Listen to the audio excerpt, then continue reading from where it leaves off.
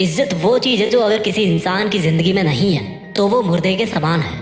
अगर आपको बिना कुछ कहे, बिना किसी से मांगे इज्जत पानी है तो इसके दो बहुत ही कॉमन रास्ते हैं। उनमें से अगर एक आपके पास में है तो आपको इज्जत किसी से मांगना नहीं पड़ेगा, बल्कि लोग आपकी देखते ही इज्जत करेंगे। और दोनों चीज़ें हैं पैसा और पावर।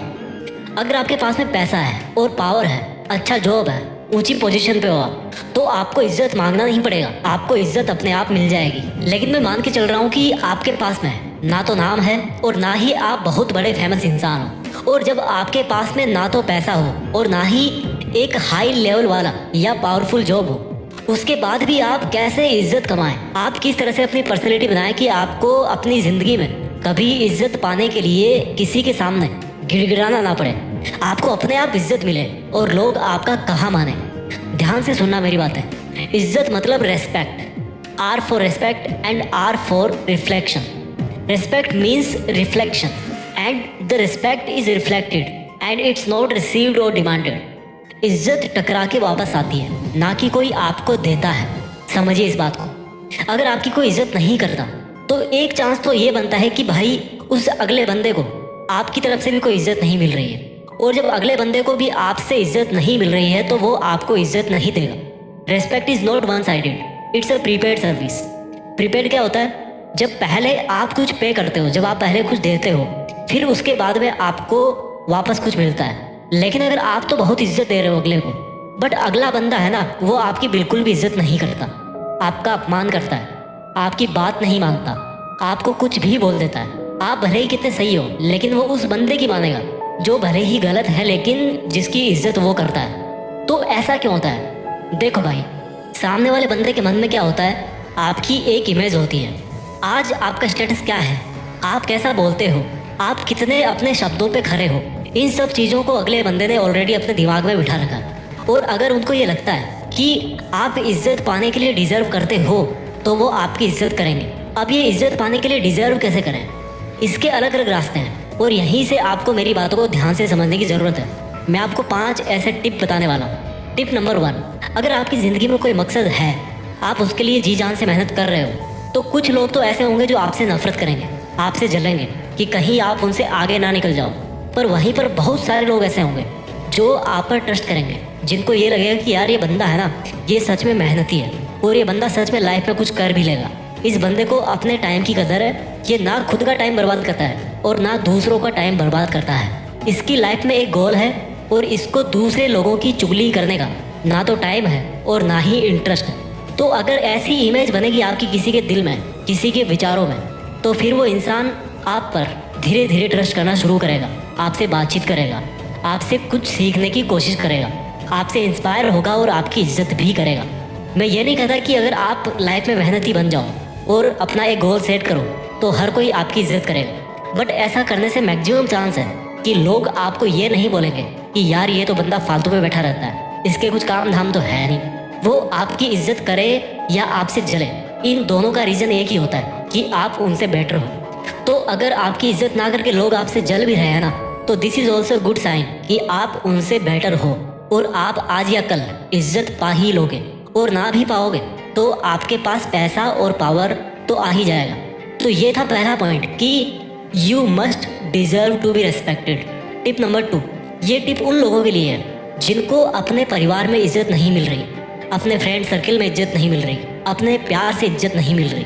लोग इस बात से दुखी रहते हैं कि यार मेरा भाई मेरी बात नहीं मानता, मेरे पापा मेरी बात नहीं मानते, मेरा प्यार मेरी बात नहीं मानता, मेरी पत्नी या मेरा पति मेरी बात नहीं मानता। और इस बात को वो इतना दिल पे ले लेते हैं कि उनको बात बात पर यही फील होता है कि यार सच में मेरी कोई वैल्यू नहीं है, मैं अपनी जगह सही हूँ, बट मेरा भाई, चाचा, सिस्टर, पति, पत्नी, बॉयफ्रेंड, गर्लफ्रेंड, कोई मुझे नहीं समझ रहा और कोई मेरी बात मानने को तैयार नहीं है। अगर आपके साथ में भी ऐसा हो रहा ना, तो इसका सबसे बेस्ट सॉल्यूशन है कि उस रिश्ते को थोड़ा सा सांस लेने दीजिए, थोड़ा सा ढील दीजिए उस रिश्ते में। इतना कस के मत पकड़िए किसी का हाथ कि आपका हाथ उसके हाथ पे चुभने लगे। इतना मत खींचिए उस रिश्ते की डोर को कि वो टूट ही जाए। बात बात पर आजमाते ही मत रहिए उस रिश्ते को कि देखें अब ये मेरी बात मानता कि नहीं मानता। थोड़ा सा विश्राम दीजिए उस रिश्ते को, थोड़ा सा स्पेस दीजिए उसमें, कुछ दिनों के लिए दूरी बना के रखिए। और इसके पूरे चांस है कि 2-4 दिन बाद आपको खुद को भी फर्क नहीं पड़ेगा, आप पहले से ज़्यादा बेटर रहोगे और अगले बंदे के साथ रिलेशनशिप भी थोड़ी स्मूथ होने लगेगी। अगले बंदे को भी सोचने का टाइम मिलेगा, उसको भी थोड़ी आपकी कमी फील होने दीजिए। धैर्य रखिए, जबरदस्ती करने से कुछ नहीं मिलने वाला। समय सबसे बड़ा हथियार है किसी भी रिश्ते को संभालने के लिए और किसी भी रिश्ते को भुलाने के लिए। टिप नंबर 3, मेरे पास एक बार इंस्टाग्राम पे मैसेज आया किसी भाई का कि वो एक लड़की को बहुत पसंद करता है और वो कैसे भी करके उसका दिल जीतना चाहता है, लेकिन वो जो लड़की है उससे नाराज है और ये लड़का उससे काफ़ी बार माफ़ी मांग चुका है, लेकिन कुछ तरीका काम नहीं कर रहा। मैंने उससे पूछा वापस मैसेज करके इंस्टाग्राम पे कि भाई कितनी बार माफ़ी मांग चुके हो? बोला याद नहीं, जब भी मैसेज करता हूँ सॉरी लिख के ही भेजता हूँ। मैंने कहा आज से बंद कर दो माफ़ी मांगना। बोला फिर तो कभी नहीं मानेगी वो। मैंने कहा बात तो मानो मेरी, अब से उसको सॉरी मत बोलना, कुछ भी मत बोलना, थोड़े दिन रुक जाओ और अपने करियर पर ध्यान दो। इस बात को फिर मैं भी भूल गया और शायद वो भी भूल गया हो। और 5-6 महीने बाद मेरे पास उसका मैसेज आया कि उसने एक एग्ज़ाम निकाल लिया और उसकी अच्छी जॉब भी लग गई है और वो पहले की तुलना में काफ़ी बेहतर है। मैंने उससे पूछा कि भाई आपके प्यार का क्या हुआ? बोला सर उसके चक्कर में तो मैं 1 साल से भटक रहा था, लेकिन अब 5-6 महीनों में समझ गया कि मेरे पास और भी बेहतर और प्रोडक्टिव काम है करने को। I was really happy to know कि जो एक सिंपल लाइन मैंने उसको बोली कि मेरे पे विश्वास रख, उसको ज़रूरत से ज़्यादा सॉरी मत बोल और अपने काम पे ध्यान दे। And it really worked for him. और अब अगर वो अगला इंसान इसको कभी लाइफ में मिलेगा, कभी टकराएगा, तो क्या वो इसकी इज्जत नहीं करेगा? करेगा भाई, बिल्कुल करेगा।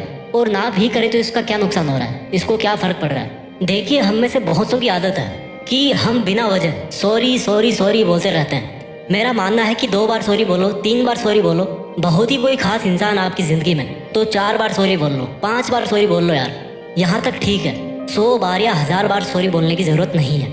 इतना भी मत झुकिए कि आपको वापस उठने में तकलीफ हो, आपकी सेल्फ रेस्पेक्ट डाउन हो जाए। अगला बंदा तो आपकी इज्जत नहीं कर रहा, कहीं ऐसा ना हो कि आप भी खुद अपनी इज्जत करना बंद कर दो। देखिए दूसरों को ऐसे ट्रीट करो जैसा आप अपने आप को ट्रीट होता हुआ देखना चाहते हो, लेकिन इसी सेंटेंस को मैं थोड़ा सा और मॉडिफाई कर रहा हूँ कि खुद अपने आप को भी ऐसे ट्रीट करो जैसे आप दूसरों के द्वारा खुद को ट्रीट होता हुआ देखना चाहते हो। टिप नंबर 4, इमोशंस को मैनेज करके बात करना सीखिए, या दूसरे शब्दों में कहूँ तो डिसिप्लिन रहना सीखिए। आजकल ऐसा हो गया ना कि अधिकतर लोगों को नहीं पता कि वो क्या बोल रहे हैं। थोड़ा सा किसी ने उनका अपमान क्या कर दिया कि गुस्सा आ गया, और गुस्सा आया भी तो ऐसा आया कि भाई किसी की सुनने को तैयार ही नहीं है। वो क्या करवा लोगे गुस्सा करके? गुस्सा आपकी ताकत की पहचान नहीं है, ये आपकी कमजोरी की पहचान है। और कमजोर होके आपकी इज्जत कम ही होगी, ज़्यादा नहीं बढ़ेगी। लोग रोने लगते हैं, गिड़गिड़ाने लगते हैं। क्यों भाई? क्या खुद पर इतना भी भरोसा नहीं कि इज्जत को भीख की तरह मांग रहे हो? लोगों में ईगो आ जाता है अगर वो जरा सा कुछ बन जाते हैं तो, कि मेरे से बेहतर तो और कोई भी नहीं है। अपने शब्दों को इतना सस्ता मत बनाओ कि कुछ भी बिना सोचे समझे बोले जाओ, इमोशंस में बह के कुछ भी बोल जाओ। अपने शब्दों की कीमत को पहचानो।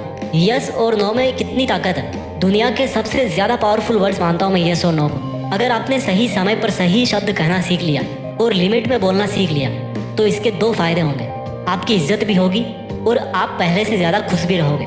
Become the person of your words. जो शब्द बोल दिया ना आपने, आपको पता होना चाहिए कि आपने क्या बोला है। और आप गलत तब नहीं बोलोगे जब आप थोड़ा सा लंबा सोच के बोलोगे, यानी कि आज आपके बोले हुए शब्दों से आपके आगे आने वाले 10 साल पे क्या असर पड़ने वाला है, आपके लॉन्ग टर्म रिलेशन पर क्या असर पड़ेगा। कहने से ज़्यादा सुनना और समझना सीखिए। ऊपर वाले ने 1 जीभ और 2 कान इसीलिए दिए हैं कि सुनो ज़्यादा और बोलो कम। टिप नंबर 5, अपनी फिटनेस को मेंटेन करके रखिए और अच्छा दिखिए, साफ सुथरे कपड़े पहनिए। मुझे एक चीज़ बताओ, आपके सामने अगर कोई एक भिखारी आता है फटे पुराने कपड़े पहन के, तो आप उसको उसी नज़र से देखोगे। लेकिन वहीं अगर आपके सामने एक डॉक्टर आता है ऑपरेशन थिएटर से निकल के अपनी यूनिफॉर्म में, तो आप उसको बहुत इज्जत दोगे।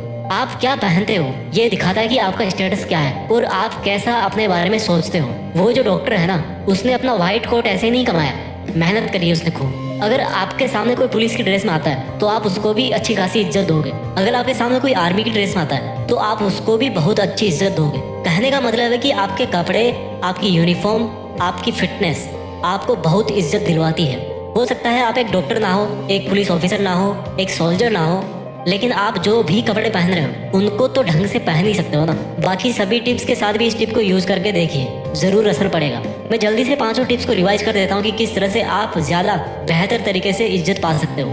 पहला टिप है कि अपनी लाइफ में एक मकसद रखिए।